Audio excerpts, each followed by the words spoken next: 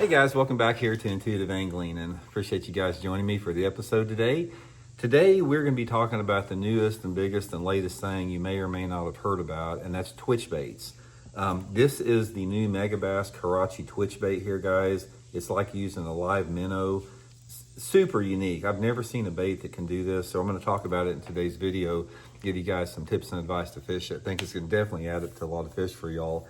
And also, guys, I will put the Megabass Karashi TWITCHBAIT into my Tackle Warehouse link in the description of this video. If you guys would like to order one using that link's mine, is a good way to get them and support the channel. If you're interested, guys, you might want to pick a few up because they'll probably go out or out of stock pretty quick after this video. But absolutely, just wait till you see this thing in the water, guys. You can't believe it till you see it in the water, so we'll get into that. And also, one quick reminder here. Anybody interested in booking a private on-the-water lesson with me? I do most of my lessons on Table Rock and Stockton Lake here in Missouri. Just shoot me a private message on my Facebook page, Randy Blaukat, Intuitive Angling with Randy Blaukat, and get you details for that, so I really appreciate it. Okay, guys, this is a fairly new bait from Megabass.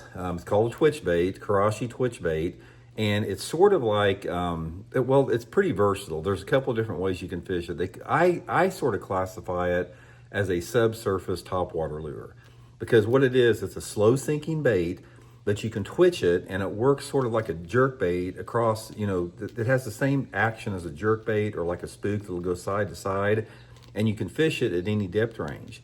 You can throw it out there, you can keep it high in the water column, and you can keep it right on the surface like a little wounded minnow.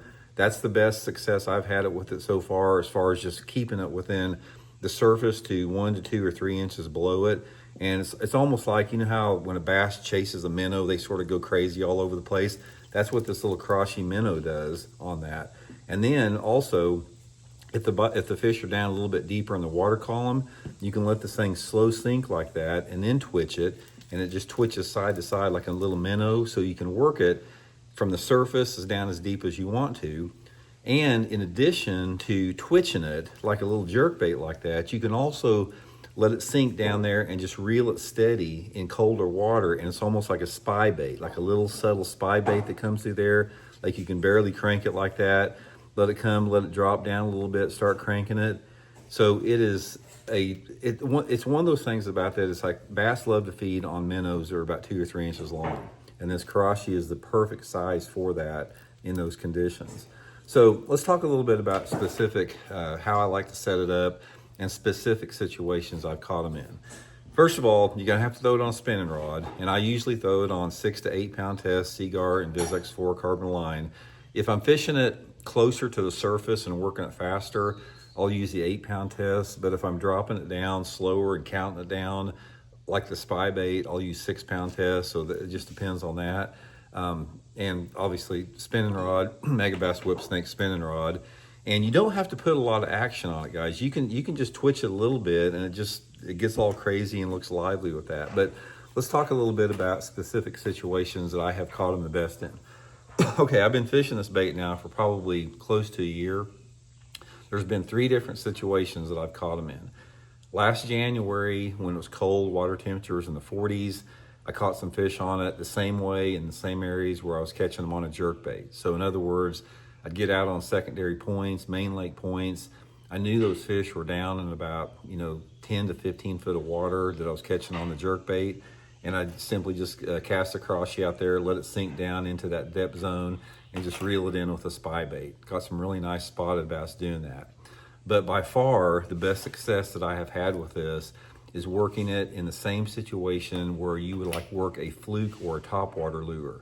Now this is going to be in a clear water environment. This is not a stained water bait. You need to have water visibility of at least around 3 foot. I prefer it around 4 to 6 foot of visibility, clear water situation, because it is a sight bait.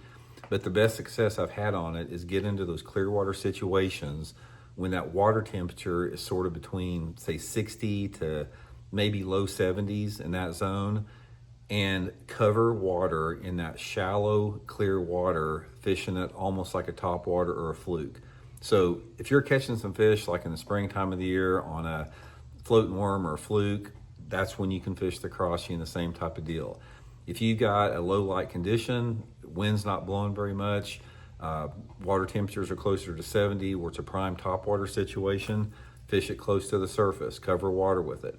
Really good during the shad spawn, like in May, but it's not just a springtime lure. Since I haven't had a chance to fish it in the fall yet, since I just started fishing it this past January or December, something like that.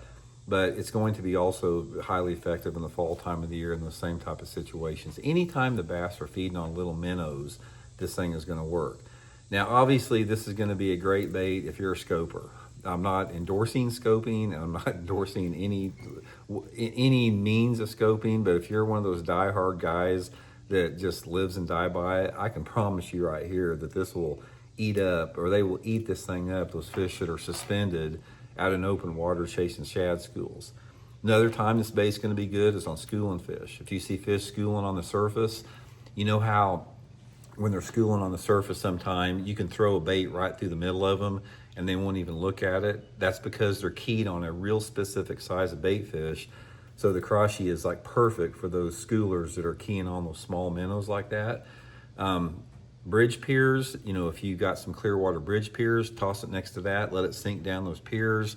Same with like floating boat docks or seawall or wave breaks. You know, any type of places where the fish could be suspended around a dock or a piling or something like that. Just throw it out there and count it down to where you think the fish are and just twitch it a little bit.